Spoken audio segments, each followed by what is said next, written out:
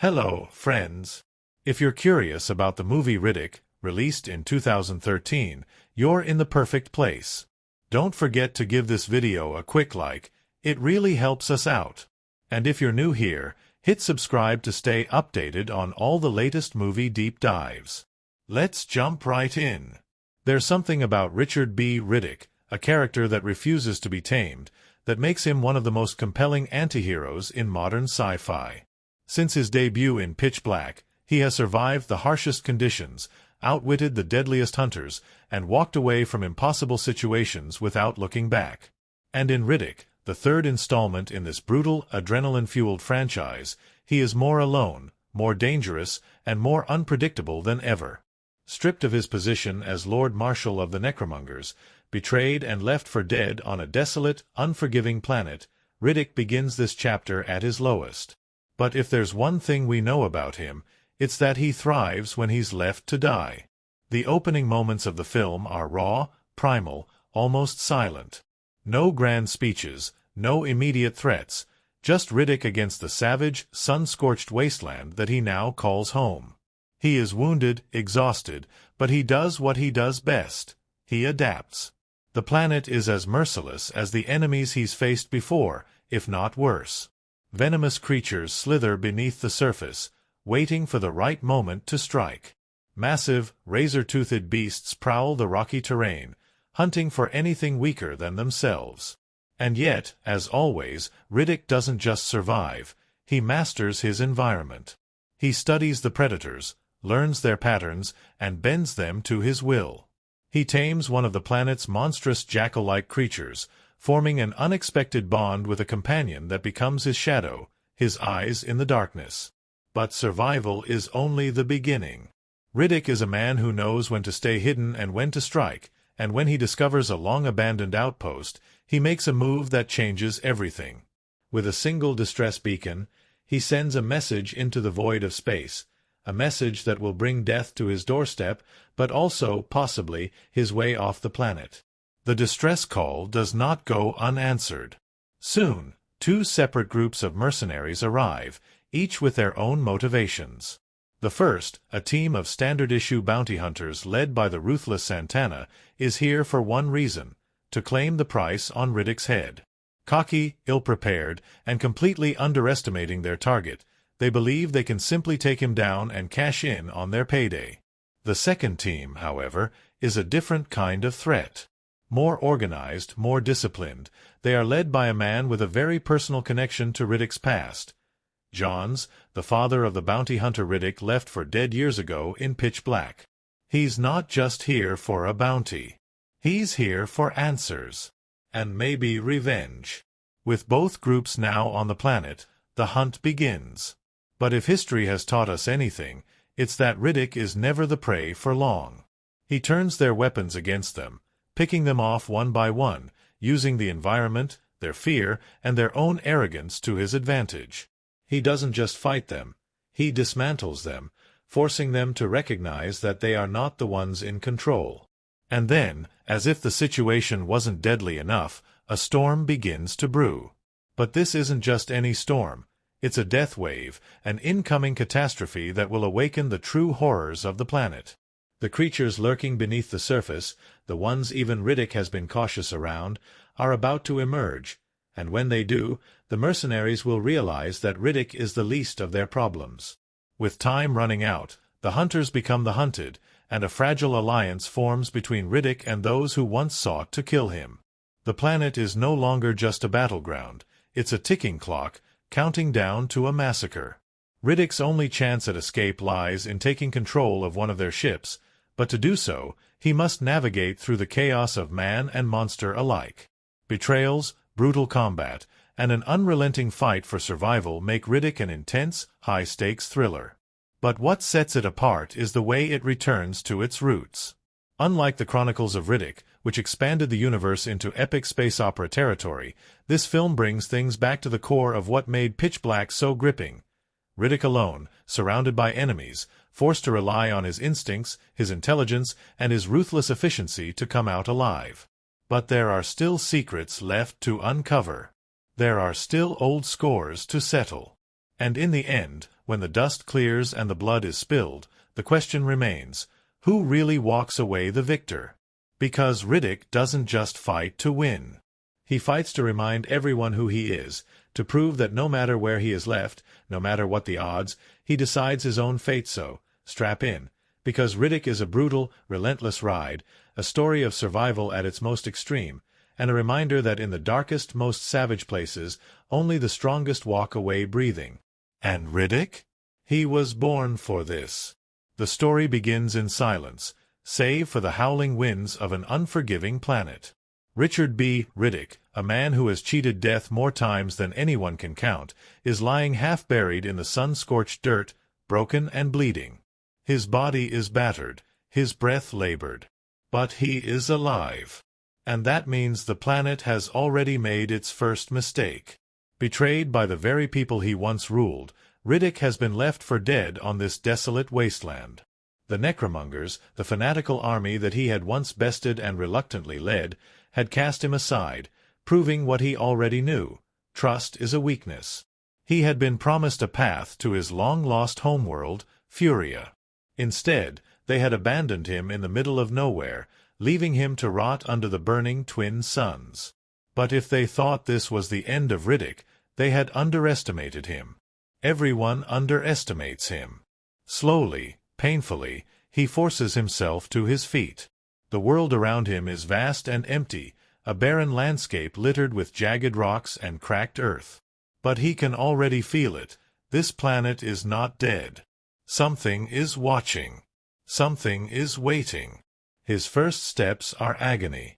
His leg is badly injured, his body weakened from the fall and the brutal landing. But Riddick doesn't stop. He never stops. He drags himself forward, seeking shelter, seeking water, seeking anything that will keep him alive long enough to regain his strength. The planet is a furnace by day, the sun beating down with merciless intensity, and at night the temperature drops to bone-chilling cold. If the elements don't kill him, the creatures lurking in the shadows might.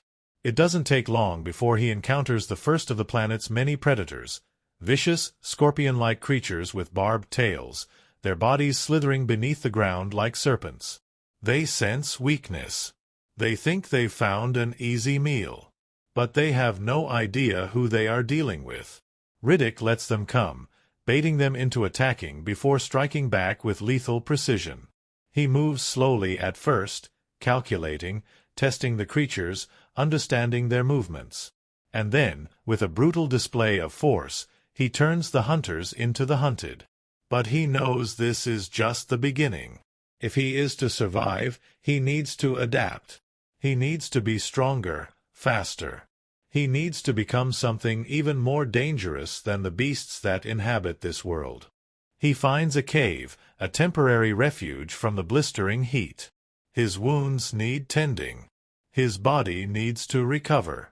He sets his broken bones, grits his teeth through the pain, and lets his body do what it does best: heal. Time passes, though it is impossible to tell how much. Days, maybe weeks. He hunts, he fights, he learns. He sharpens his instincts, watching the creatures, figuring out the balance of this planet's ecosystem. And then, he finds something unexpected. A pup.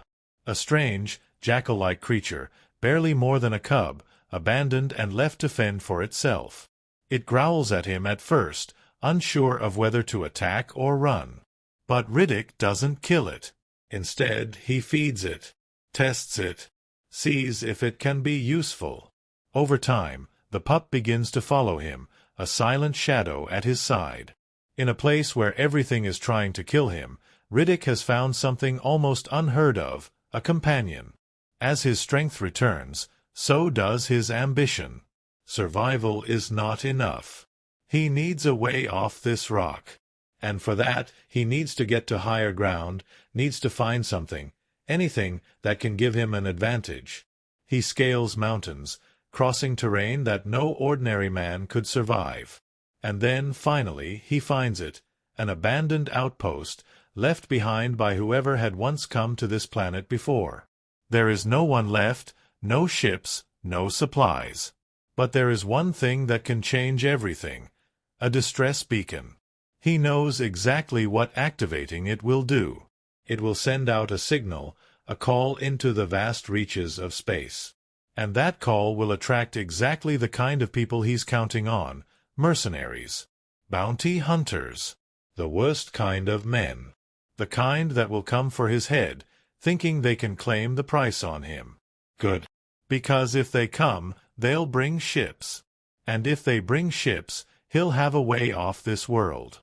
He activates the beacon. And now, all he has to do is wait. He doesn't have to wait long. Within days, the sky is split by the thunderous arrival of not one, but two separate teams of mercenaries. The first to land is a gang of cutthroats, men with more greed than sense, led by Santana, a man who considers himself a hunter but is nothing more than a scavenger. He boasts that he will be the one to kill Riddick, that he will take his head as a trophy. His men, eager for the bounty, spread out across the terrain, believing their numbers give them the advantage. The second group arrives shortly after, and they are different. More disciplined, more organized. Their leader, Johns, is no ordinary mercenary. He has a personal stake in this hunt. His son had gone after Riddick years ago and never returned. Now, he wants answers. He wants revenge. Neither group realizes the truth. Riddick isn't the one being hunted. They are. And as the night falls, the real game begins. Darkness settles over the barren wasteland, and the hunt begins. The mercenaries believe they are in control, but they are merely pieces in a game they don't even know they're playing. Riddick watches from the shadows, waiting, calculating. He lets them think they have the advantage, lets them get comfortable in their false sense of superiority. And then, one by one, he begins to dismantle them. At first, the mercenaries are confused. They assume Riddick is just one man, a fugitive on the run, desperate for survival. But when their men start disappearing, when the bodies start piling up, fear begins to creep into their ranks. Riddick is no longer a bounty to be collected. He is something else entirely. A ghost. A predator. And they are the prey. Santana, the loudmouth leader of the first crew, refuses to acknowledge the danger.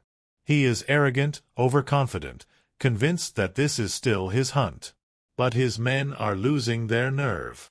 They were promised an easy job, a quick payday. Instead, they are being picked off in the dead of night, their weapons turned against them, their own traps used to outmaneuver them. Johns, the leader of the second team, sees the situation for what it is. He knows Riddick isn't like other men.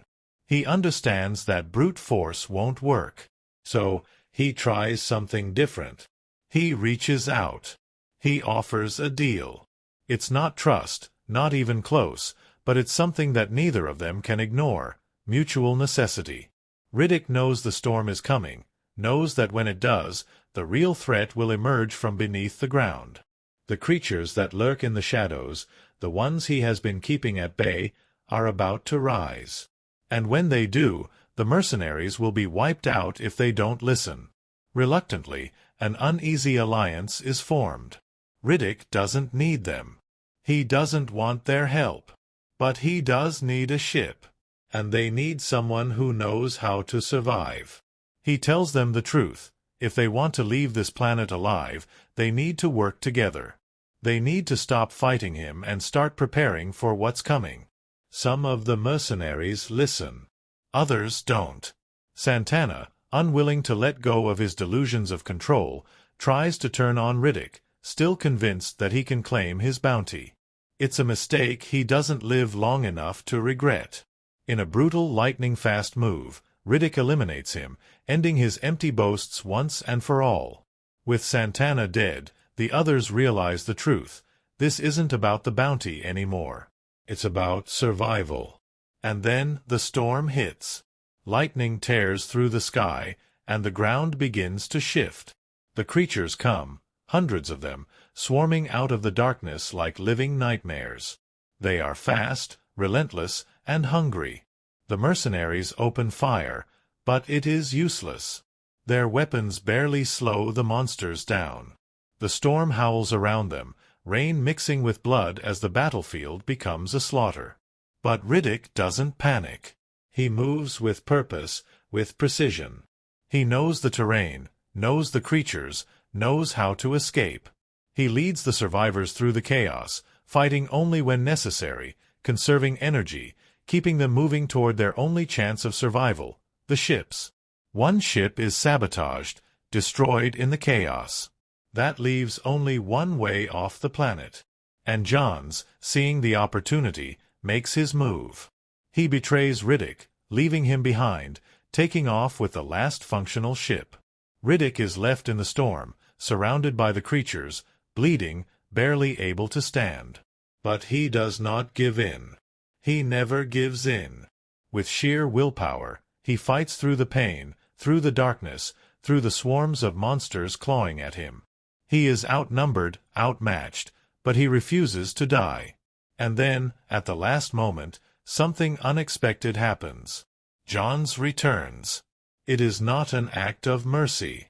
It is not redemption. It is a reluctant acknowledgement of the truth. Riddick saved him, saved them all. And despite everything, Johns is not the kind of man to leave a debt unpaid. He pulls Riddick from the battlefield, lifting him onto the ship as they make their final escape, leaving the planet behind. As they ascend into the blackness of space, Riddick, battered and broken but very much alive, looks out at the stars. He has survived once again. But the hunt is never over. Not for him. Not for Richard B. Riddick. He will return. He always does. Riddick is not a hero. He never has been. He doesn't fight for glory, doesn't seek justice, doesn't care for honor or duty. And yet, despite all of this, despite his brutality, his indifference, his merciless efficiency, he is the kind of character that commands attention. There is something about him, something primal, something undeniable.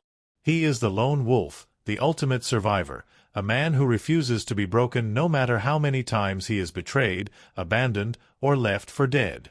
And in Riddick, 2013, his character is stripped back to its rawest form, forcing him to rely on his instincts, his intelligence, and his ruthlessness to overcome an entire planet that wants him dead. What makes Riddick so compelling is his adaptability. From the moment he wakes up on that desolate world, injured and half-buried in the dirt, he isn't panicked. He isn't afraid. He assesses. He calculates. He adjusts. Most men would die in the first few hours, succumbing to the heat, the lack of water, or the first predator that crossed their path. But Riddick? He learns. He watches the creatures, studying how they move, how they hunt, how they kill. And then, he turns their own nature against them. He doesn't just survive. He masters his surroundings, bending them to his will. His bond with the jackal-like creature he tames is a perfect example of his approach to survival. He doesn't keep it as a pet out of sentimentality. He doesn't name it, doesn't coddle it. He trains it. He uses it. But in doing so, something almost resembling loyalty forms between them. It's a rare moment where Riddick allows even the smallest amount of connection, even if it is with a creature that, in another life, would have been his enemy. And then there are the mercenaries. They come for him, convinced they have the upper hand, convinced that they can outmaneuver, outnumber, and outgun him. But Riddick knows better. He understands something they don't. Fear is a weapon, and he uses it with precision. Santana, the arrogant leader of the first mercenary group, is exactly the kind of man Riddick thrives on breaking. Loud, overconfident, full of empty bravado, Santana is the embodiment of someone who has never faced real fear. He talks like a predator, but when the hunt truly begins, it becomes clear he is nothing more than a scavenger. Riddick doesn't just kill Santana. He humiliates him first. He lets him believe he's in control, lets him believe he's won, and then, in one swift, brutal moment, he takes everything away. It's not just a physical victory, it's psychological. It's a reminder that there is no room for weakness in Riddick's world. Johns, on the other hand, is different. He isn't like the rest of them. He's not in it for the money, not really. He has a personal stake in this hunt. His son, the bounty hunter from Pitch Black, had chased Riddick down years ago and never returned. Now, Johns wants answers. He wants justice. Maybe even revenge. But what makes him more dangerous than the others is that he isn't blinded by arrogance. He recognizes Riddick for what he is, a survivor, a man who is always 3 steps ahead. And because of this, he doesn't underestimate him. He doesn't play games. He listens. He bargains. He adapts. It's why, in the end, he is the only one who stands a chance. But even Johns makes the mistake of thinking that he can control Riddick, that he can outplay him. And when he tries to leave him behind, abandoning him in the storm to die, it's not out of cruelty. It's because he knows that if Riddick makes it off this planet, if he is free, then the balance of power shifts. Because Riddick doesn't just win, he dominates. He doesn't just escape. He ensures that every single person who thought they could beat him knows that they were wrong. Yet, in the final moments, it is Johns who comes back. Not out of compassion, not out of regret, but out of something deeper. A reluctant respect. An acknowledgement that, despite everything, despite the blood, the betrayals, the violence, Riddick is the only reason anyone made it off that planet alive. And that is the essence of Riddick's character. He is not a villain. He is not a hero. He is something else entirely, something that doesn't fit into simple categories. He kills without hesitation, yet he operates by his own strict code. He doesn't trust easily, but when he does, it is unshakable. He does not seek out fights, but when they come to him, he ends them decisively. He is a force of nature, a shadow in the dark, a man who refuses to be controlled by anyone or anything. And when he walks away at the end of Riddick, bloodied but victorious, it is not as someone who has been saved. It is as someone who has, once again, reminded the universe that he cannot be stopped. He is, and always will be, Riddick. The making of Riddick, 2013, was as wild, unpredictable, and relentless as the character himself. A film that almost didn't happen, a project fueled by sheer determination, and a production filled with unexpected twists and strange occurrences, just like the story it tells.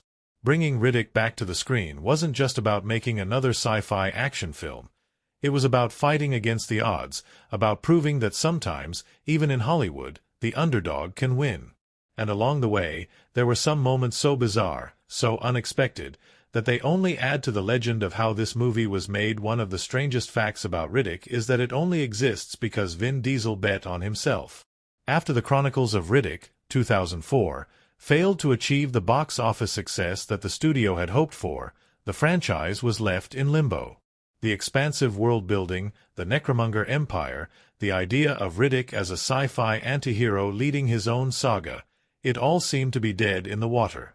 But Vin Diesel wasn't ready to let it go. He believed in the character, in the story, and in the fans who wanted more. But belief alone wasn't enough. Universal wasn't convinced. They weren't interested in another Riddick film unless Diesel could prove it would be profitable. And so, in one of the most unusual deals in Hollywood history, Diesel made a trade, his Fast and Furious franchise for Riddick. At the time, Diesel was still trying to rebuild his career after a few missteps, and Universal wanted him back in the Fast and the Furious series.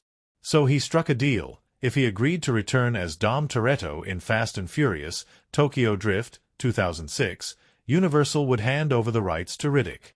It was a gamble, but it worked.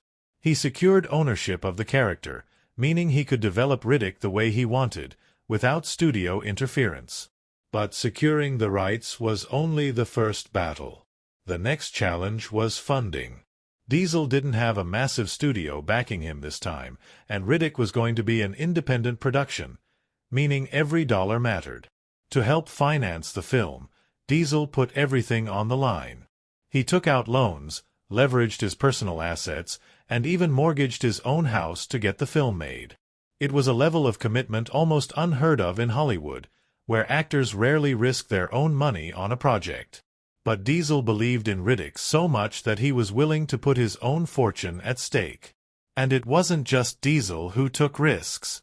The entire production was a battle for survival.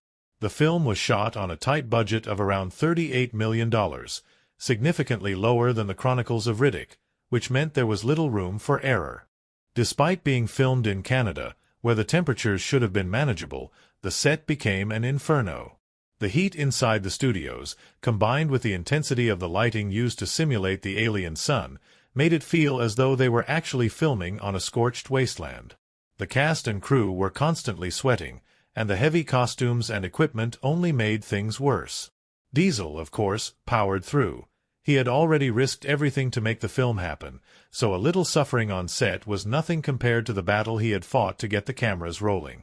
But even with all the preparation, some things still didn't go as planned. One of the strangest incidents during filming involved Riddick's alien companion, the jackal-like creature that becomes his only friend on the planet. While the final version of the creature was a mix of practical effects and CGI, during filming, a real animal was often used for reference. The production team worked with trained dogs to simulate the creature's movements, helping Vin Diesel interact with something physical on set. But one of the dogs had a mind of its own. During one of the scenes, the animal was supposed to follow Diesel closely, moving in sync with him as he explored the barren landscape. But instead, the dog wandered off right in the middle of a take, not just walking out of frame, but actually sniffing around the set, completely uninterested in what was happening. Diesel, staying in character, simply waited. Everyone on set stood still, watching as the dog took its time, ignoring commands. Eventually, it returned to Diesel's side, and without missing a beat, he continued the scene. Later, the editors had to cut around the incident, but for a brief moment, even Riddick himself was at the mercy of the unpredictable nature of his surroundings. Then there were the mercenaries, the two rival crews who arrive on the planet, hunting Riddick for their own reasons. Their dynamic was intense on screen, but behind the scenes, the actors took a very different approach. Instead of keeping things serious, they leaned into the absurdity of their situation. Karl Urban, who briefly reprised his role as Vaco in a flashback, later joked in interviews that he couldn't believe Diesel had pulled off making Riddick happen. Jordi Mollà, who played Santana, was known for improvising lines and adding humor to his scenes, sometimes to the point where Vin Diesel had to remind him that Santana was supposed to be a ruthless bounty hunter, not a comedian. But Mollà's over-the-top performance actually made his character stand out, adding an unpredictable, almost cartoonish quality to his villainy. Dave Bautista, long before he became known as Drax in Guardians of the Galaxy, was also part of the cast, playing the no-nonsense mercenary Diaz. At the time, he was still proving himself in Hollywood, transitioning from his wrestling career into acting. And though his role in Riddick wasn't massive, it was one of the stepping stones that helped launch him into bigger projects. And of course, the strangest fact of all? Despite all the struggles, despite the financial risks, despite the fact that Riddick was made on a fraction of the budget of most Hollywood blockbusters, it succeeded. Against all odds, the film managed to earn over $98 million worldwide, more than doubling its budget and proving that Diesel's gamble had paid off. It wasn't a massive, record-breaking hit, but it was enough. Enough to justify its existence. Enough to keep the Riddick story alive. Enough to show that sometimes, passion can beat the system. Since then, Vin Diesel has continued to tease Riddick, Furia, the long-awaited sequel that will finally take the character back to his homeworld. Whether it happens or not remains to be seen, but if the making of Riddick, 2013, taught us anything, it's that this character refuses to stay down. The film itself is about survival, and its creation mirrored that struggle every step of the way. Even when the odds were against it, even when the world tried to bury it, Riddick fought its way back. Because that's what Riddick does. The story of Riddick, 2013, is not just about survival. It's about stripping a character down to his most essential form, reducing him to nothing but raw instinct, and watching as he builds himself back up. It is a film that returns to the heart of what made Riddick such an iconic anti-hero in Pitch Black, focusing not on grand space battles or sprawling mythologies, but on something much more primal, the will to endure. And in that return to form, Riddick invites a deeper critical look at its themes, its pivotal moments, and the way it challenges both its protagonist and the audience. One of the most significant aspects of the film is how it opens. Unlike the Chronicles of Riddick, which thrust the character into a vast universe of warring factions and interstellar politics, this film begins in isolation. There are no grand monologues, no immediate conflicts, just Riddick, alone, beaten, left for dead. The very first shot sets the tone, a wide expanse of a barren, sun-scorched planet, with Riddick lying motionless, half buried in the dirt. It is a moment of complete vulnerability, a far cry from the powerful figure we saw at the end of the last film, but what makes this opening so effective is what happens next. Riddick doesn't panic. He doesn't scream for help. He doesn't waste time lamenting his situation. Instead, he assesses. He moves. He resets. It's a scene that encapsulates one of the film's most defining themes, the idea that survival isn't about brute strength alone, but about adaptation, about knowing when to fight and when to wait, about understanding that every move has a cost. This theme plays out again and again throughout the movie, reinforcing the idea that Riddick is not just a warrior. He is a strategist.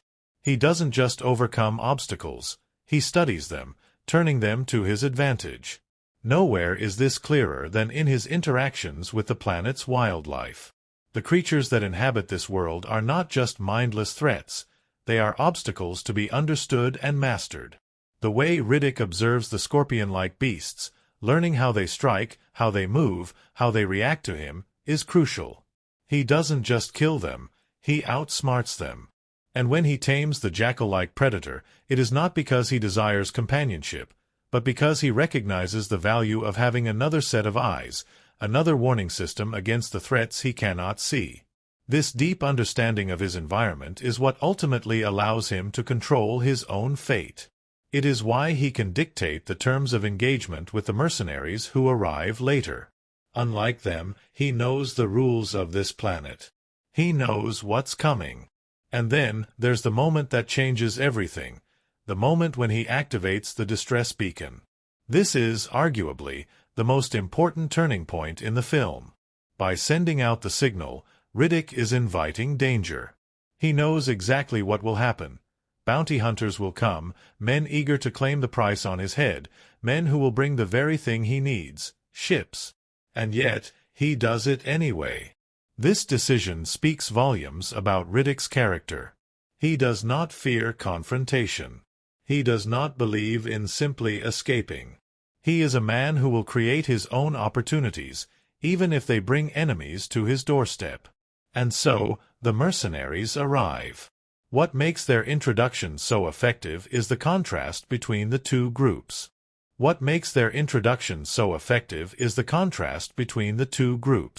Santana's crew is reckless, undisciplined, more concerned with claiming Riddick's head than with understanding the situation they've just stepped into.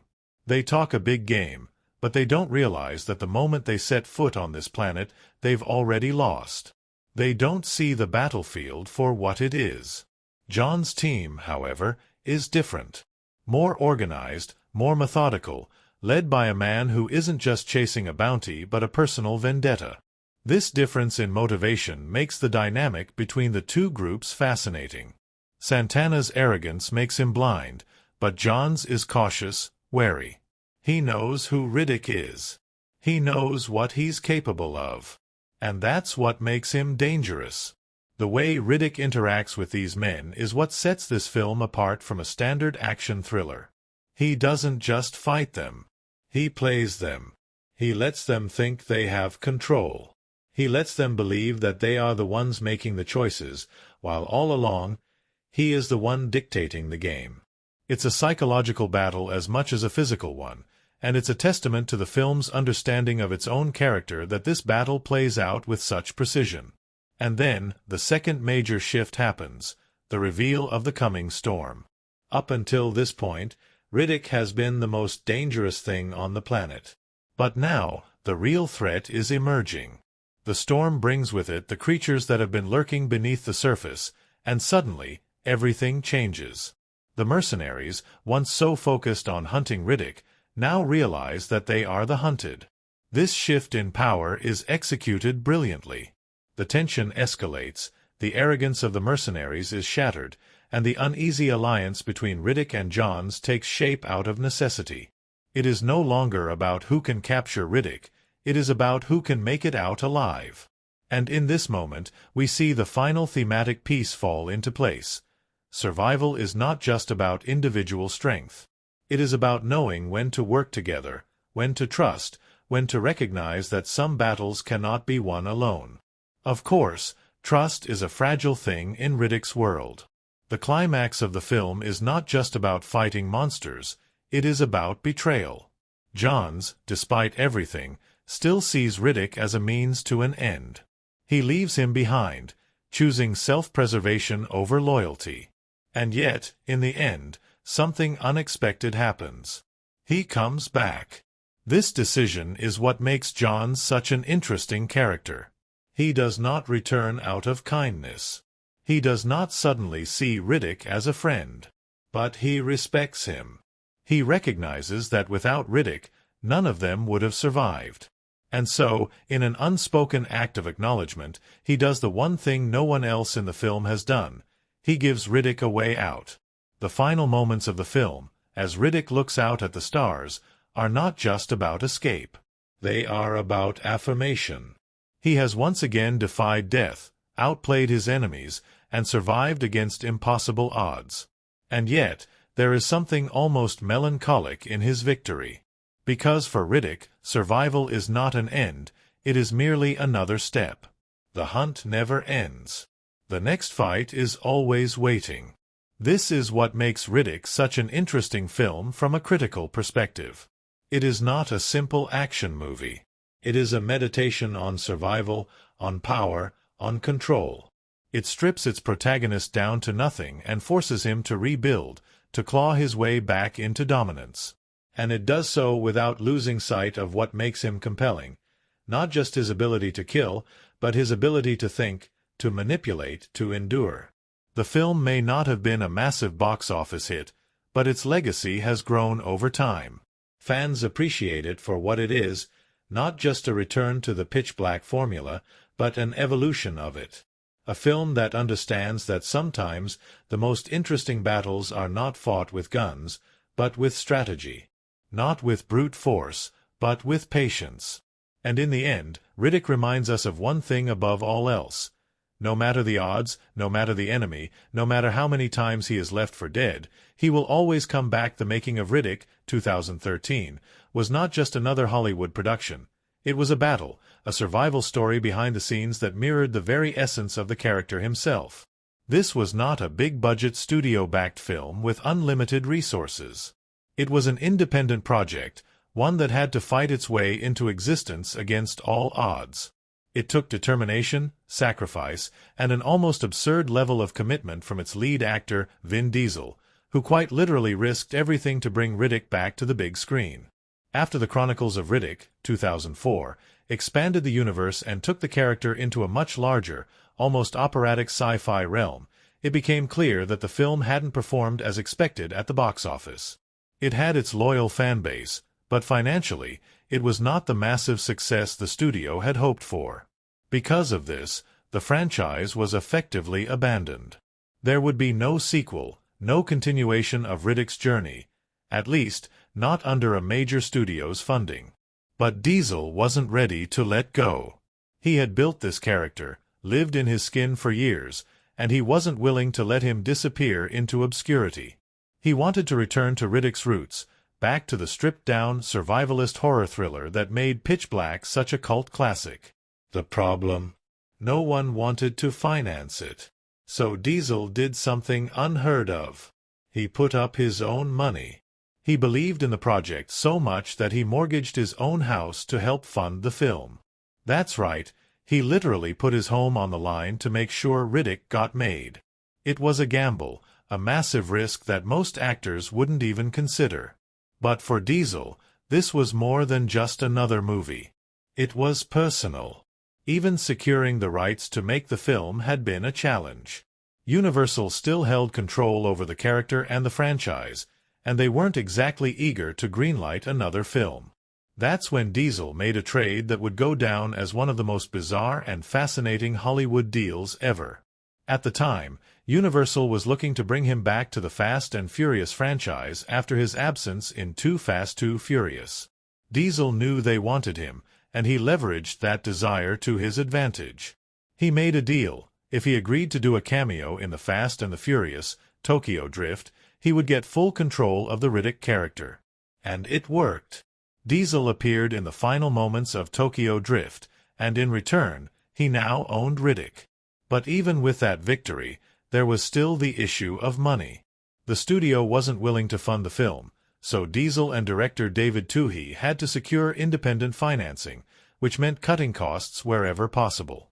This meant that the production was tight, very tight. The film's budget was around $38 million, a fraction of what most sci-fi action films cost.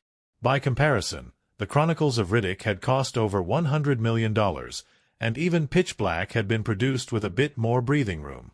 Every dollar had to be stretched, every effect had to be carefully planned to ensure it looked as good as possible without wasting resources. The decision to shoot in Montreal, Canada, was one of the biggest cost-saving moves. The production team found an old studio facility that had previously been abandoned, repurposing it to create the harsh, alien environment of the planet Riddick is stranded on. This planet is not dead. Beneath the ground, slithering in the shadows, there are predators, things that have evolved to survive in a place where survival itself is nearly impossible. The scorpion-like creatures, lurking just below the surface, are introduced early on, and their presence adds another layer of tension to the setting. The way they move, burrowing unseen, waiting for the right moment to strike, turns the very ground beneath Riddick's feet into a threat. The cinematography emphasizes this unease through framing and movement. Shots of the ground, seemingly still, are held for just a moment too long, forcing the audience to wonder if something is lurking just beneath. Low-angle shots of Riddick walking create the feeling that he is being watched, that danger is always just beneath him, ready to strike the moment he lets his guard down. But the most important shift in setting comes at night. If the daytime is dominated by unbearable heat and blinding light, then the night belongs to darkness, cold, and uncertainty. The way the film transitions between these two extremes is striking. The light doesn't fade gently, it vanishes. One moment, the world is a sea of gold and orange. The next, it is deep blue, black, endless. This change isn't just visual. It changes the mood of the film entirely. The cinematography becomes tighter, more claustrophobic. The wide desert shots are replaced with closer, more intimate frames. The soundscape shifts as well. During the day, there was wind, the crackling of heat against rock, the distant sounds of shifting sand. But at night, there is silence, except for the creatures. And this is where the true horror of the setting reveals itself. The nocturnal predators, the ones that have remained hidden, waiting, are now free to move. The darkness belongs to them. The way they are filmed, rapid, erratic, never fully seen, creates an overwhelming sense of tension. The cinematography plays with glimpses, with flashes of movement, with barely perceptible shapes shifting in the shadows. The creatures don't need to be fully revealed, their presence is felt. And as the film progresses, as the storm approaches, as the real threat emerges from beneath the surface, the cinematography and lighting work together to create a full-scale descent into chaos. One of the most visually striking aspects of Riddick is the way it uses contrast to build tension. The brightest moments of the film are not hopeful, they are oppressive, blinding. The darkest moments are not comforting, they are filled with movement, with things lurking just out of sight. This contrast is more than just an aesthetic choice. It reinforces Riddick's journey. At the start, he is exposed, weak, struggling against an environment that does not want him to exist. The brightness is his enemy.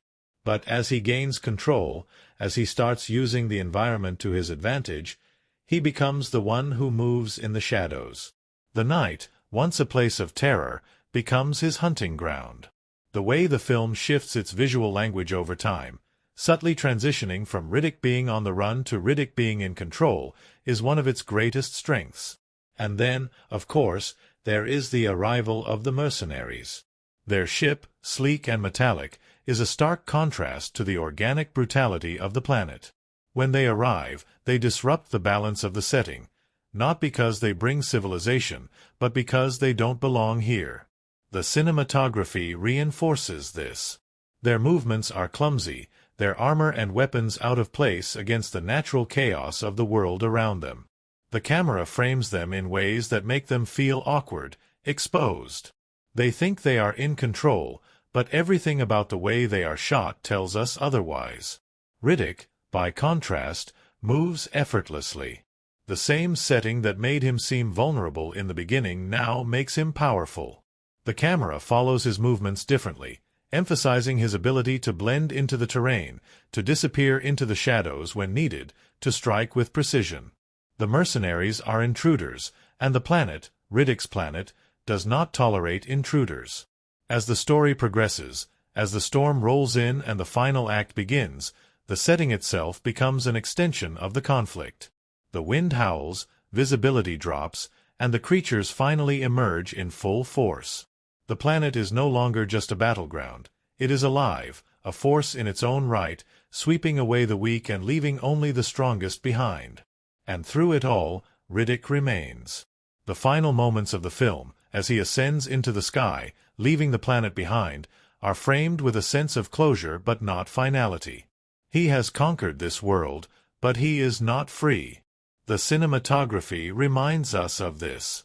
As the camera lingers on the barren surface, on the storm still raging, on the creatures still lurking, there is a feeling that this place continues, that Riddick is not the first to be tested here, and he will not be the last. Riddick, 2013, is a masterclass in how to use setting and cinematography to tell a story rather than just support it. The planet is not just a location, it is an adversary, a trial, a proving ground. The light, the shadows, the heat, the cold, the creatures, all of it works together to reinforce the film's themes of survival, power, and control. It is a place that breaks the weak and forges the strong. And in the end, when Riddick leaves, we are left with the undeniable truth. This world did not break him. Because it never could. The making of Riddick, 2013, was less like a standard Hollywood production and more like a survival mission. One that mirrored the film's own brutal themes of endurance, perseverance, and calculated risk. It wasn't a case of a studio throwing money at a blockbuster and letting the pieces fall into place. Instead, it was a battle against limitations, a fight to get every shot, every effect, every scene just right despite an unforgiving budget and harsh production conditions. From the very beginning, Riddick was a film that had to fight for its own existence, much like its titular character. It wasn't backed by a major studio with an open checkbook. It was an independent production, a passion project spearheaded by Vin Diesel, who believed so strongly in this film that he mortgaged his own house to make it happen. If a big-budget Hollywood film is like a luxurious spaceship with every system running smoothly, then Riddick was more like a battle-worn starfighter, duct-taped together with sheer determination and the belief that the mission had to succeed. The filming process was no less intense. Unlike many sci-fi productions that rely heavily on CGI and green screens, Riddick was built on physical sets. The barren, hostile landscape wasn't some distant digital creation. It was real, crafted within an abandoned studio in Montreal. Tons of sand and rock were hauled in to create the illusion of an alien wasteland, and the actors weren't just reacting to imaginary creatures. They were walking across scorching hot surfaces, covered in dust, moving through carefully constructed, practical environments. One of the most surprising aspects of the production was how physically demanding it was. The planet's punishing conditions weren't just a challenge for Riddick in the story, they became a real struggle for the cast and crew. The lighting setups, meant to simulate the intensity of twin suns, made the set feel like an actual desert, with the heat bearing down on everyone. Imagine standing under a magnifying glass for hours on end. The lighting was another major challenge. The planet in the film is depicted as having harsh, almost blinding sunlight during the day and eerie, unnatural darkness at night. Achieving this effect without relying entirely on CGI required extensive work with color grading and lighting setups. The production team used high-intensity lights to create the extreme brightness of the sun-drenched wasteland, while nighttime scenes were carefully designed with shadow and contrast to maintain a sense of realism. And then there were the excruciating conditions on set. Even though they were shooting indoors, the intense lighting combined with the physical nature of the action scenes made for brutal workdays. The actors, particularly Diesel, had to perform in extreme heat, often drenched in sweat, pushing their physical limits in a way that mirrored the survival story they were telling on screen.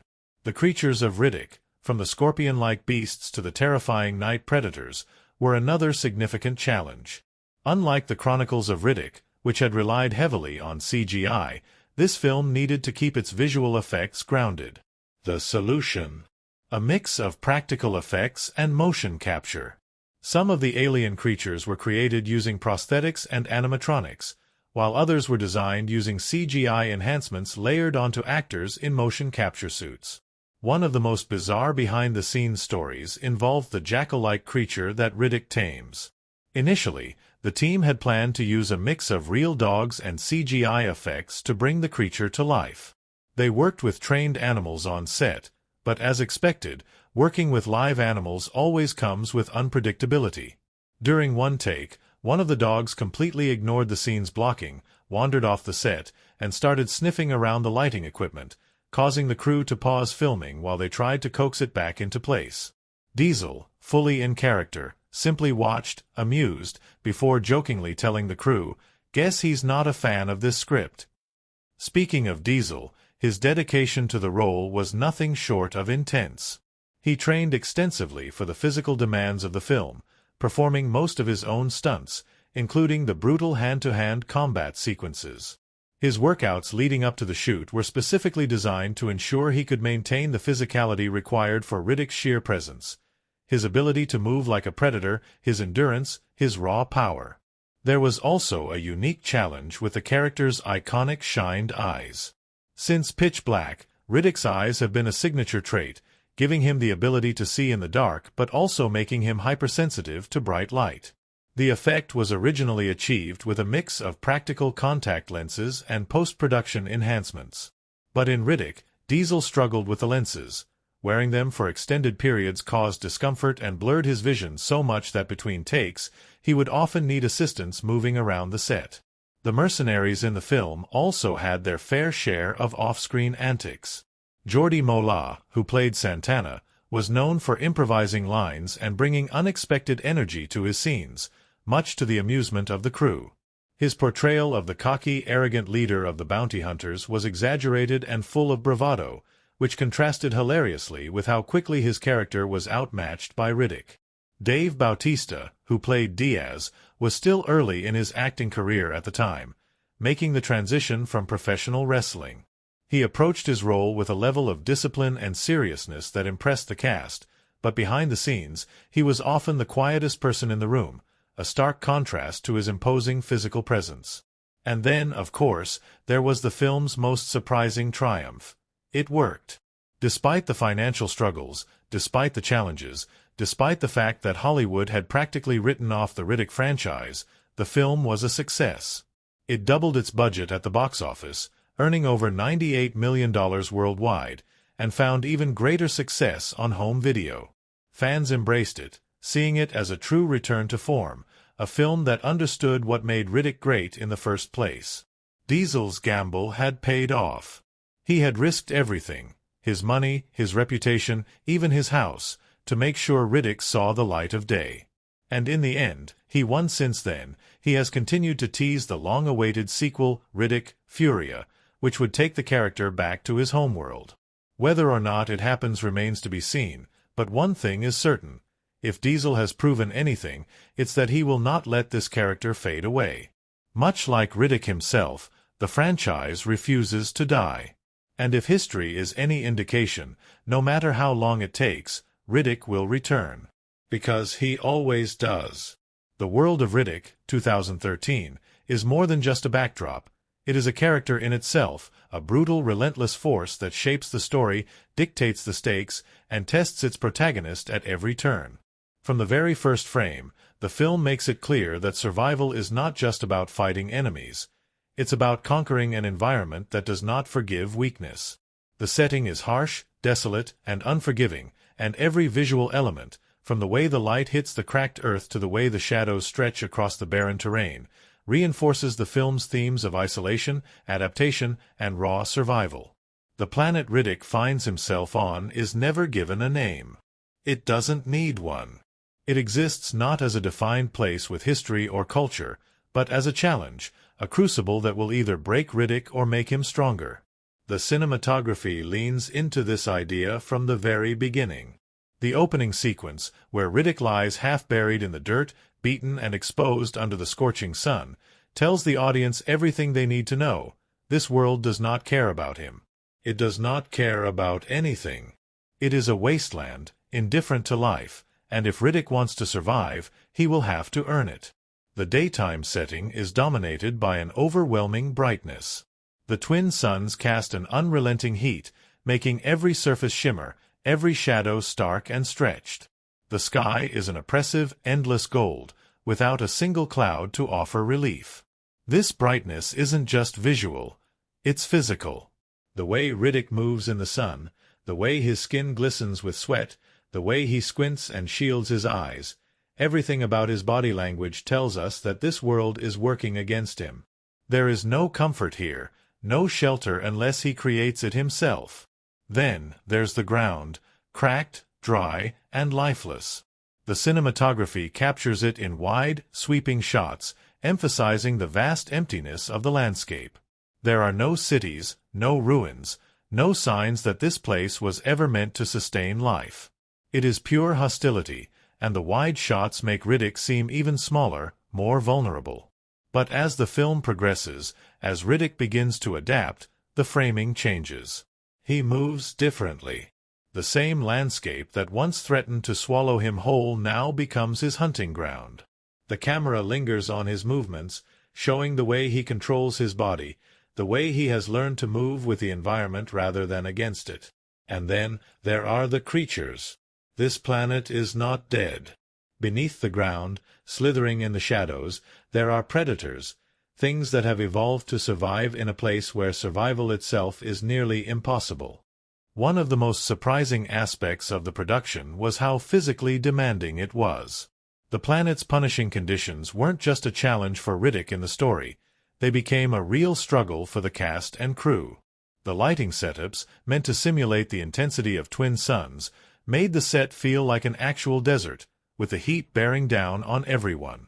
Imagine standing under a magnifying glass for hours on end, drenched in sweat, while trying to deliver intense, action-packed performances.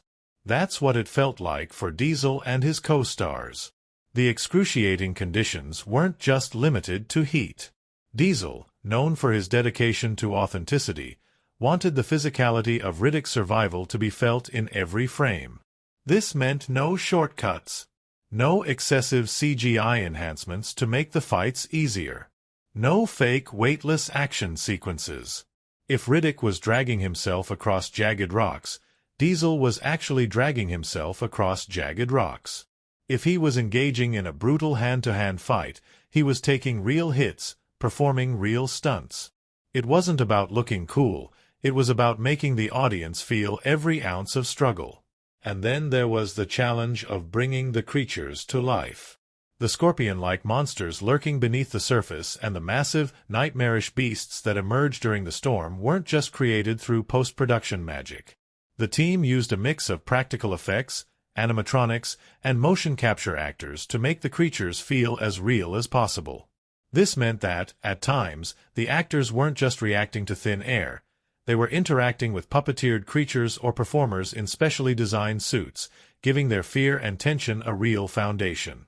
One of the funniest and most unexpected behind-the-scenes moments came from Riddick's unlikely companion, the jackal-like alien creature that follows him throughout the film. Originally, the filmmakers planned to use a combination of CGI and real trained dogs to create the effect of this strange, hybrid predator. But animals, as they often do, had their own ideas. During one of the more serious dramatic scenes, Diesel was delivering a powerful moment, deep in character, while his on-screen companion was supposed to sit loyally beside him, maintaining an intense, predatory presence. Instead, the dog simply wandered off, sniffing around the set, completely ignoring the moment. The crew had to pause filming as trainers tried to redirect the animal's attention. Diesel, still in character, simply watched with mild amusement, later joking, "Guess he wasn't feeling the script that day." But despite the occasional on-set antics, the actors bonded over the physically grueling nature of the shoot. The mercenary characters, played by actors like Jordi Mollà, Dave Bautista, and Matt Nable, had to develop a real chemistry, one that reflected the uneasy alliances and brutal rivalries on screen. Between takes, however, they didn't keep things so serious. Mollà, who played Santana, was one of the most unpredictable forces on set, not just in character, but in real life. He constantly improvised his lines, sometimes adding over-the-top bravado to his performance that had his co-stars struggling not to break character. Diesel, ever the professional, would play along, but there were times when even he couldn't help but laugh at some of Mollà's absurd ad-libs. Dave Bautista, who played Diaz, was still in the early stages of his acting career, transitioning from his life as a professional wrestler. Despite his intimidating presence, he was known for being the quietest member of the cast. Unlike his wrestling persona, which relied on big, theatrical gestures, Bautista had to adjust to the more subtle, grounded intensity of film acting. It wasn't uncommon for other cast members to jokingly ask him if he was okay between takes, mistaking his focused silence for brooding, when in reality he was just methodically preparing for his scenes. The film's climax, featuring the onslaught of monstrous creatures emerging during the storm, was one of the most challenging sequences to shoot. The entire sequence was filmed using massive wind machines, practical rain effects, and stunt choreography that required the actors to move through what was essentially controlled chaos. The combination of flashing lights, debris being thrown across the set, and the sheer intensity of the scene meant that sometimes the actors literally couldn't hear their cues. Diesel later recounted moments where he had to rely entirely on instinct because the roaring wind machines drowned out all direction. One of the most rewarding elements of the production, however, was seeing it all come together in post-production. The film's tight budget meant that every visual effect, every enhancement, had to be carefully considered. Unlike modern blockbusters that throw money at CGI-heavy sequences, Riddick was built on a philosophy of less is more. The filmmakers knew that the more grounded the world felt, the more immersive it would be. This is why, even in the biggest action sequences, the cinematography stays close, intimate, and raw, never letting the spectacle overtake the core of the story. And of course, there's the final result. Despite all the challenges, all the financial risks, all the moments when it seemed like the film might never happen, Riddick did happen. And not only that, it succeeded. It more than doubled its budget, proving that there was still a hunger for Riddick's story, that audiences still wanted to see this character fight, survive, and dominate the screen. For Diesel, it was validation, not just as an actor, but as a storyteller who had fought tooth and nail to keep this world alive. He had gambled his own home, put his own fortune at risk, and refused to let Riddick fade into obscurity. And in the end, he walked away victorious, just like his character. Now, as fans eagerly wait for the long-promised Riddick Furia, one thing remains certain. If there's anyone who can defy the odds, survive against impossible circumstances, and return stronger than ever, it's Richard B. Riddick. And, as it turns out, Vin Diesel himself. The world of Riddick, 2013, is brutal, unforgiving, and designed to break the weak. But that is exactly why Riddick thrives. At its core, the film is about survival, not just in the physical sense, but in the psychological and philosophical sense as well. It is about adaptation, about understanding one's environment, about knowing when to fight and when to wait. But beneath the layers of action and violence, there are deeper themes woven into the film, themes that define not only Riddick as a character but the very nature of his existence. One of the most dominant themes in Riddick is the idea of survival through adaptation. From the moment the film begins, Riddick is at his lowest. He has been stripped of everything: his power, his resources, his allies. He is alone on a hostile planet where the very air, sun, and ground are against him. This is the ultimate test, a return to the most primal state of being. But Riddick doesn't rage against his circumstances. He doesn't waste energy complaining or lamenting his fate. Instead, he does what he has always done: he adapts. He studies the creatures of the planet, learns their patterns, and finds ways to manipulate them. He doesn't just fight the world around him. He becomes part of it, blending into its ecosystem like the apex predator he is. This idea of adaptation is reinforced in the film's visual storytelling. At the beginning, Riddick is exposed, struggling against the environment. The cinematography emphasizes this, using wide shots that make him look small, insignificant against the massive landscape. The sun beats down on him, making even movement a challenge. But as the film progresses, as he learns and grows stronger, the framing shifts. He is no longer dwarfed by his surroundings. He moves through them with purpose, with control. The camera begins to follow him more closely, reinforcing that he has mastered his environment. Another powerful theme in Riddick is the nature of power and control. Throughout the film, there is a constant power struggle, between Riddick and the planet, between Riddick and the mercenaries, between the mercenaries themselves. Everyone believes they have control at some point, but only one person ever truly does. The arrival of the mercenaries is particularly important in how this theme plays out. Santana, the cocky leader of the first crew, believes he is in control. He sees himself as the alpha, the one calling the shots. But he is nothing more than an opportunist, someone who mistakes arrogance for strength. His bravado, his crude jokes, his threats, none of it matters. The moment he steps onto the planet, he has already lost. Johns, the leader of the second crew, represents a different kind of power. He is not reckless like Santana. He understands tactics, strategy. But even he underestimates Riddick. He believes that his experience, his personal vendetta, makes him the one in control. But in the end, he too learns the truth. Riddick was always ahead, always dictating the terms of engagement. The way Riddick reclaims control is a slow, deliberate process. He does not rush into battle. He does not take unnecessary risks. He waits. He lets them feel safe. He lets them believe they are hunting him. And then, one by one, he dismantles them, turning their own fears and weaknesses against them. The film does not portray power as something that is simply taken. It is earned through patience, intelligence, and an unbreakable will. This connects directly to the theme of perception versus reality. Throughout the film, characters think they understand Riddick. They believe he is just a fugitive, a criminal, a bounty to be collected.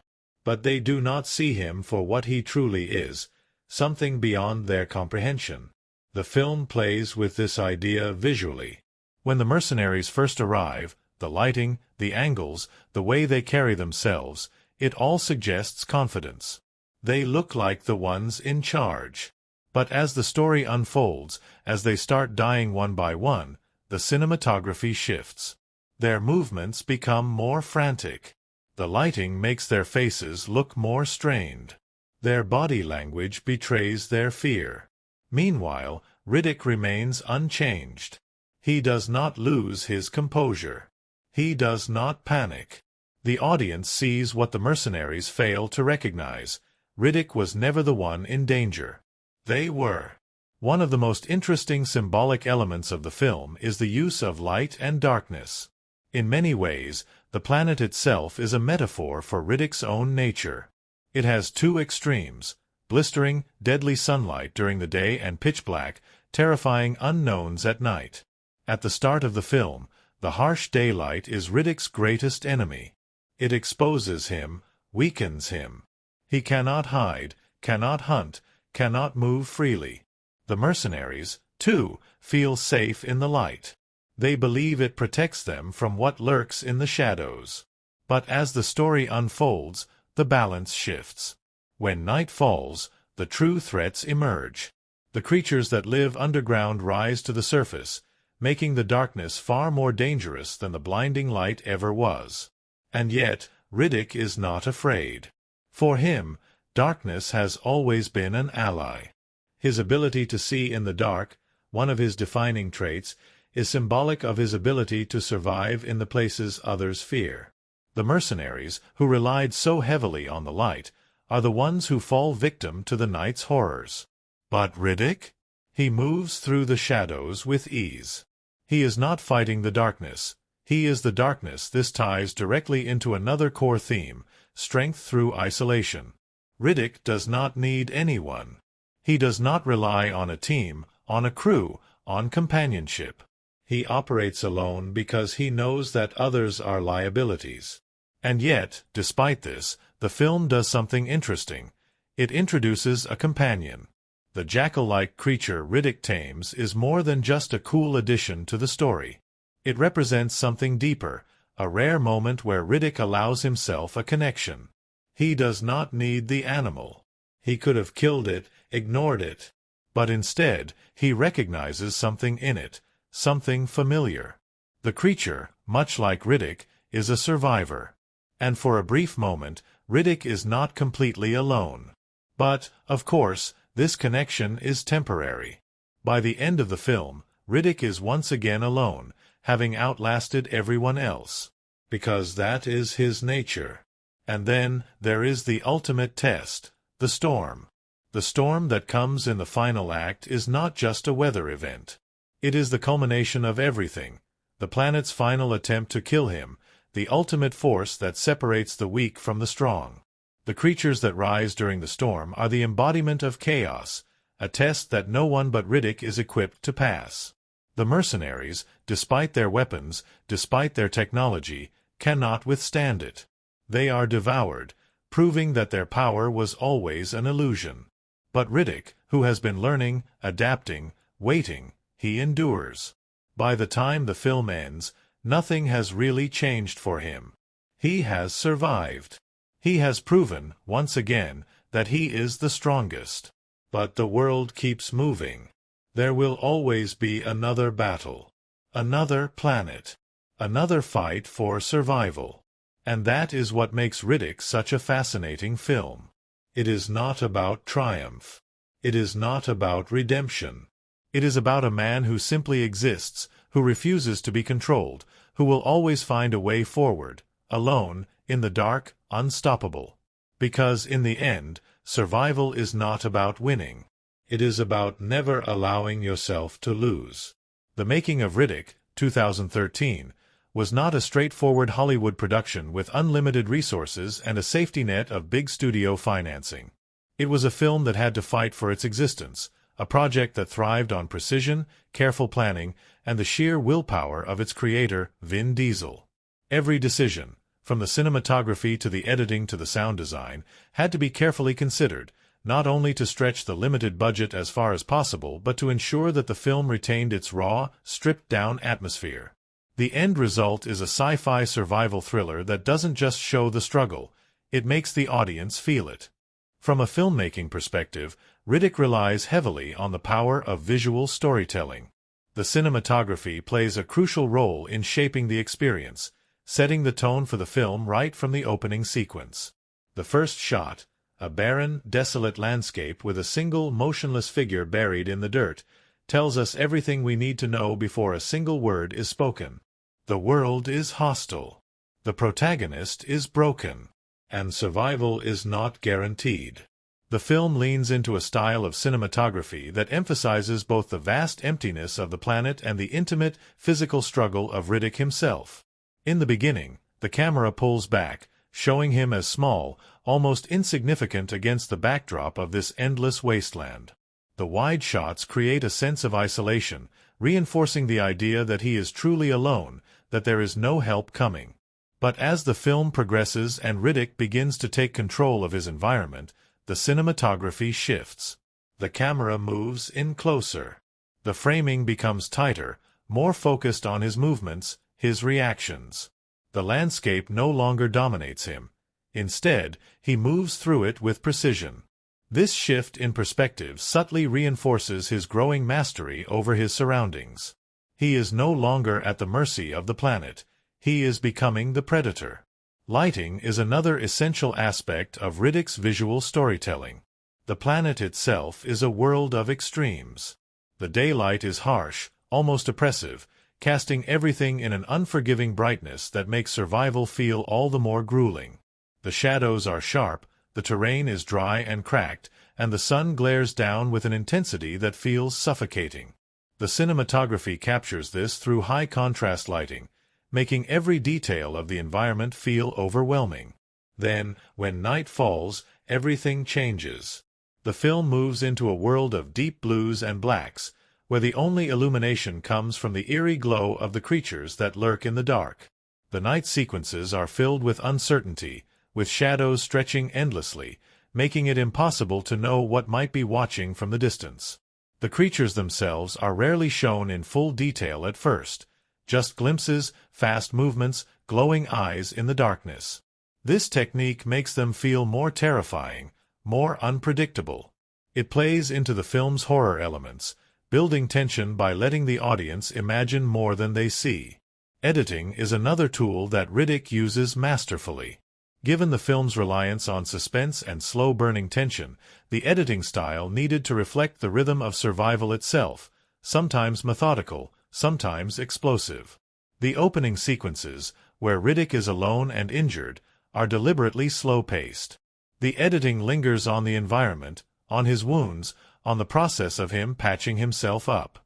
There is no rush because Riddick is not a film about instant solutions. It is about earning survival. As the film progresses and the mercenaries arrive, the pacing begins to quicken. The cuts become sharper, more dynamic. The tension builds as the perspective shifts between the hunters and the hunted. The film's editing ensures that Riddick's presence is always felt, even when he is not on screen. The mercenaries, for much of the film, are waiting for him, fearing him. And the way the film is cut plays into this, lingering on their nervous glances, on their hesitations, on the quiet moments before an inevitable strike. The audience is made to feel the tension alongside them, to anticipate the moment when Riddick will strike next. Sound design is another critical element that elevates Riddick beyond just another sci-fi action film. From the very first moment, sound is used to immerse the audience in the world. The wind, constantly howling across the barren wasteland, never lets up. It creates an oppressive, isolating atmosphere, making the silence feel even heavier when it finally comes. The creatures, too, are given a distinct auditory presence. The underground scorpion-like monsters make a subtle skittering noise, barely perceptible at first, making the audience strain to hear them. Then, when they attack, their sounds are sudden, violent, a sharp contrast to the quiet moments that preceded them. And then there is the use of silence. Some of the most effective moments in the film come when everything goes still. When the mercenaries, cocky and overconfident, realize they are no longer the hunters. The absence of music, the quiet of the landscape, the sound of their own breathing, these elements are used to build tension in a way that no loud explosion ever could. The film's score, composed by Graham Revell, is minimalistic but effective. It doesn't rely on sweeping orchestral themes but instead focuses on atmosphere, deep, pulsating tones that create a sense of unease. The music builds slowly in moments of suspense and erupts in moments of action, mirroring the rhythms of the film itself. But for all its artistic merits, Riddick faced an uphill battle at the box office. Unlike major studio-backed films, it didn't have an enormous marketing campaign. Its budget was only $38 million, tiny compared to the $100+ million price tags of most sci-fi blockbusters. When it was released in September 2013, it opened at number 1 at the box office, earning $19 million in its first weekend, a solid start, but not a record-breaking one. Over time, it went on to gross about $98 million worldwide, making it profitable but not a runaway hit. One of the reasons for its modest financial performance was its R rating. While this allowed the film to embrace the brutal, raw nature of Riddick's world, it also limited its audience. Many big-budget sci-fi films aim for a PG-13 rating to maximize ticket sales, but Riddick refused to compromise.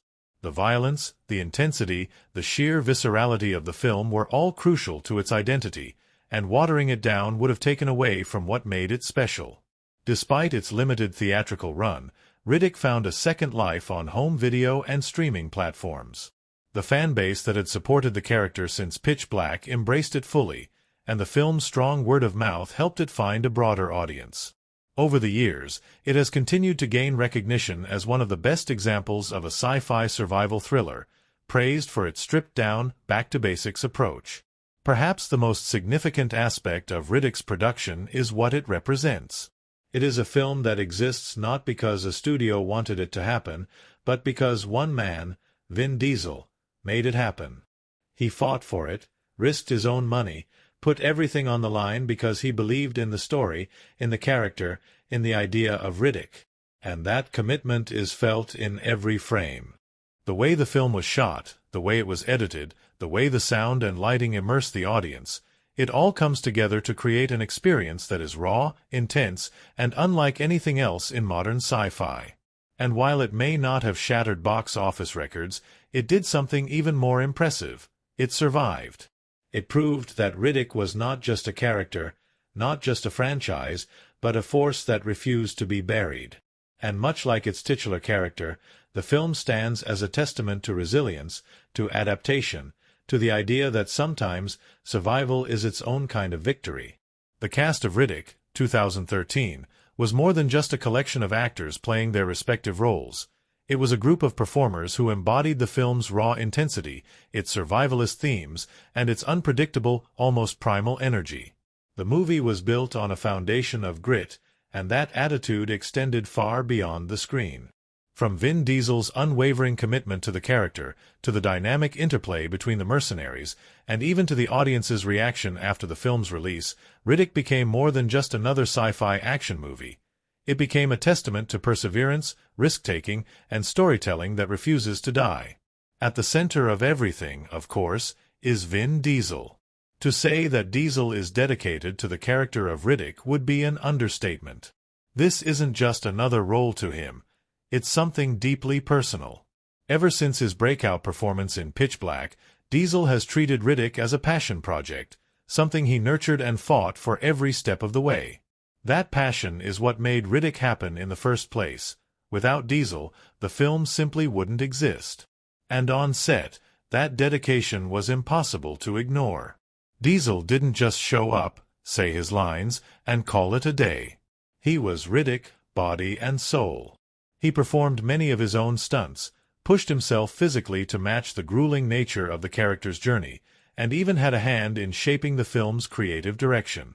His love for the character radiated in interviews, where he spoke about Riddick as if he were a real person, someone who still had more stories left to tell, more worlds to conquer, more battles to fight. In one particularly memorable interview, Diesel recounted the moment when he had to make a personal gamble to get Riddick made. "I put everything on the line," he admitted. "I had to mortgage my house just to make sure this film happened." It's a rare thing in Hollywood for an actor, especially a major star, to take that kind of risk, to invest their own fortune into a project because they believe in it so deeply. But Diesel never hesitated. He was willing to fight for Riddick just as fiercely as the character himself fights to survive. But Diesel wasn't the only one who brought raw energy to the production. The supporting cast played a crucial role in making Riddick the tense, character-driven thriller that it is. Jordi Mollà, who played Santana, the cocky, overconfident leader of the first mercenary crew, delivered one of the most over-the-top, unpredictable performances in the film. And that wasn't an accident. Mollà, known for his ability to infuse his characters with unpredictable charm and chaos, made Santana into something more than just a generic bounty hunter. He improvised many of his lines, adding little quirks, unexpected expressions, and an air of arrogance that made the character feel like someone who truly believed he was untouchable. This made his eventual downfall all the more satisfying. His bravado was his undoing, and Riddick took him out in the most humiliating way possible. Behind the scenes, Mollà was just as unpredictable. His improvisation sometimes caught his co-stars off guard, leading to multiple ruined takes because the rest of the cast couldn't keep a straight face. Diesel, in particular, found it difficult to stay serious during certain scenes because Mollà would deliver his lines with such exaggerated confidence that it became comical. "He just went there," Diesel recalled in an interview, laughing about Mollà's tendency to take scenes in unexpected directions. "You never knew what was coming." Then there was Nable, who played Johns, the leader of the second mercenary crew, and a man with a personal vendetta against Riddick. Unlike Santana, who was all bluster, Johns was calculated, methodical. Nable approached the role with an intensity that gave Johns an edge of quiet danger. He wasn't a fool like Santana. He knew who Riddick was. He had studied him, understood his methods. And yet, even with all that preparation, he still underestimated him in interviews. Nable spoke about how much he enjoyed the psychological battle between Riddick and Johns. "It wasn't just about who had the biggest gun," he explained. "It was about control. Who was really in charge? And Johns thought he was, until he realized he wasn't." And then there was Dave Bautista. At the time of filming, Bautista was still transitioning from his career in professional wrestling to acting. His role as Diaz, a physically imposing but emotionally detached mercenary, was a perfect fit for him at that stage in his career. Bautista played Diaz with a quiet menace, a man who didn't talk much but didn't need to. His presence alone was enough to intimidate. What was surprising, however, was how different Bautista was off-camera. Despite his hulking frame and intense screen presence, he was known as one of the most reserved, soft-spoken members of the cast. Between takes, while other actors were joking around or staying in character, Bautista would often sit quietly, reading a book or mentally preparing for his next scene. Diesel later recalled how surprising it was to see Bautista in action. "He looks like this guy who could break you in half," Diesel said, "but then you talk to him, and he's just the nicest, most chill guy ever." While the cast's chemistry made the film work on screen, it was the audience's reaction that ultimately determined the movie's fate. And that reaction was fascinating. When Riddick hit theaters in 2013, it wasn't met with massive hype or a huge marketing campaign. It wasn't a studio-driven blockbuster with a massive promotional budget. It was a film that had to earn its audience, much like Riddick himself has to earn his survival. Critics were split. Some praised its return to the stripped-down survivalist tone of Pitch Black, while others found it too similar to the original. The Hollywood Reporter called it a leaner, meaner return to form, while Variety noted that it was a film that knows exactly what it is, unapologetically brutal and stylish. But it was audiences who ultimately embraced Riddick. Fans of the franchise saw it for what it was, a hard-hitting, character-driven survival thriller that brought the series back to its roots. They appreciated the simplicity of the story, the way it focused entirely on Riddick's struggle rather than expanding into the larger sci-fi mythos. On social media, fans praised Diesel's dedication, calling him one of the few actors who genuinely cares about his character. Others called it the real sequel to Pitch Black, seeing it as a course correction after the divisive chronicles of Riddick. And then there was the cult following that grew after its theatrical release. While it made a respectable $98 million at the box office, more than doubling its $38 million budget, Riddick found its true success in the home video market. It became one of the top-selling Blu-rays of the year. And then there was the cult following that grew after its theatrical release. While it made a respectable $98 million at the box office, more than doubling its $38 million budget, Riddick found its true success in the home video market. It became one of the top-selling Blu-rays of the year, proving that while it may not have been a record-breaking hit in theaters, its audience was out there. Years later, Diesel would acknowledge this in interviews, thanking fans for their support and teasing the long-awaited sequel, Riddick, Furia. "The fans made this happen," he said. "And they're the reason it's not over." And that, in the end, is the real story of Riddick. It's not just a film. It's not just another sci-fi action movie. It's a survivor. A movie that, against all odds, fought its way into existence, won over audiences, and proved that some characters, no matter how many times they are left for dead, will always come back. The journey through Riddick, 2013, has been as intense and unrelenting as the film itself. From the moment Riddick was left for dead on a sun-scorched wasteland to the final battle for survival against mercenaries and monstrous creatures, this film has proven to be more than just another chapter in a sci-fi saga. It is a story about resilience, about adaptation, about a man who refuses to be controlled by anyone or anything. And just like its titular character, Riddick as a film had to fight against the odds to exist, to survive, to prove itself worthy. From the very beginning, Riddick established its identity. It stripped away the grand, universe-expanding mythology of the Chronicles of Riddick and returned to the raw, brutal survivalist storytelling that made Pitch Black a cult classic. It was never about flashy space battles or intergalactic politics. It was about one man, alone in a hostile world, using nothing but his intelligence, strength, and sheer willpower to survive. And the way the film told this story, through its cinematography, its atmospheric lighting, its tight and efficient editing, made the audience feel every moment of struggle, every tactical decision, every breath held in suspense. The filmmaking techniques were not just functional, they were integral to the experience. The oppressive daylight that made every movement feel exhausting, the deep blues and blacks of the night that hid unseen horrors, the contrast between the arrogance of the mercenaries and the quiet control of Riddick himself, these elements worked together to create a world that felt alive, that felt dangerous. Every shot, every sound, every silence played into the film's themes of power, perception, and survival. And then, of course, there was the cast. Vin Diesel did not just play Riddick, he was Riddick, body and soul. His commitment to the character, his willingness to risk his own financial security to ensure that this film was made, speaks volumes about how much this role means to him. And that passion translated into a performance that was both ruthless and calculated, giving audiences the Riddick they had been waiting for. The supporting cast brought their own layers to the story.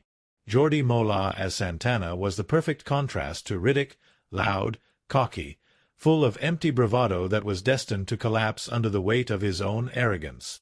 Nable as Johns was the opposite, calm, strategic, a man who understood danger but still miscalculated just how far out of his depth he truly was. And Dave Bautista, still in the early stages of his acting career, brought a quiet menace to Diaz, proving that sometimes the most dangerous men are the ones who don't need to raise their voices to make a point. And then there was the cult following that grew after its theatrical release. While it made a respectable $98 million at the box office, more than doubling its $38 million budget, Riddick found its true success in the home video market. It became one of the top-selling Blu-rays of the year, proving that while it may not have been a record-breaking hit in theaters, its audience was out there. Years later, Diesel would acknowledge this in interviews, thanking fans for their support and teasing the long-awaited sequel, Riddick, Furia. "The fans made this happen," he said. "And they're the reason it's not over." And that, in the end, is the real story of Riddick. It's not just a film. It's not just another sci-fi action movie. It's a survivor. A movie that, against all odds, fought its way into existence, won over audiences, and proved that some characters, no matter how many times they are left for dead, will always come back. The journey through Riddick, 2013, has been as intense and unrelenting as the film itself. From the moment Riddick was left for dead on a sun-scorched wasteland to the final battle for survival against mercenaries and monstrous creatures, this film has proven to be more than just another chapter in a sci-fi saga. It is a story about resilience, about adaptation, about a man who refuses to be controlled by anyone or anything. And just like its titular character, Riddick as a film had to fight against the odds to exist, to survive, to prove itself worthy. From the very beginning, Riddick established its identity. It stripped away the grand, universe-expanding mythology of the Chronicles of Riddick and returned to the raw, brutal survivalist storytelling that made Pitch Black a cult classic.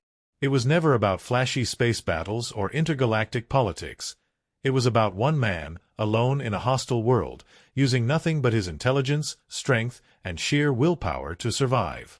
And the way the film told this story, through its cinematography, its atmospheric lighting, its tight and efficient editing, made the audience feel every moment of struggle, every tactical decision, every breath held in suspense. The filmmaking techniques were not just functional, they were integral to the experience. The oppressive daylight that made every movement feel exhausting, the deep blues and blacks of the night that hid unseen horrors, the contrast between the arrogance of the mercenaries and the quiet control of Riddick himself, these elements worked together to create a world that felt alive, that felt dangerous. Every shot, every sound, every silence played into the film's themes of power, perception, and survival. And then, of course, there was the cast. Vin Diesel did not just play Riddick, he was Riddick, body and soul. His commitment to the character, his willingness to risk his own financial security to ensure that this film was made, speaks volumes about how much this role means to him. And that passion translated into a performance that was both ruthless and calculated, giving audiences the Riddick they had been waiting for. The supporting cast brought their own layers to the story. Jordi Mollà as Santana was the perfect contrast to Riddick, loud, cocky, full of empty bravado that was destined to collapse under the weight of his own arrogance. Nable as Johns was the opposite, calm, strategic, a man who understood danger but still miscalculated just how far out of his depth he truly was. And Dave Bautista, still in the early stages of his acting career, brought a quiet menace to Diaz, proving that sometimes the most dangerous men are the ones who don't need to raise their voices to make a point.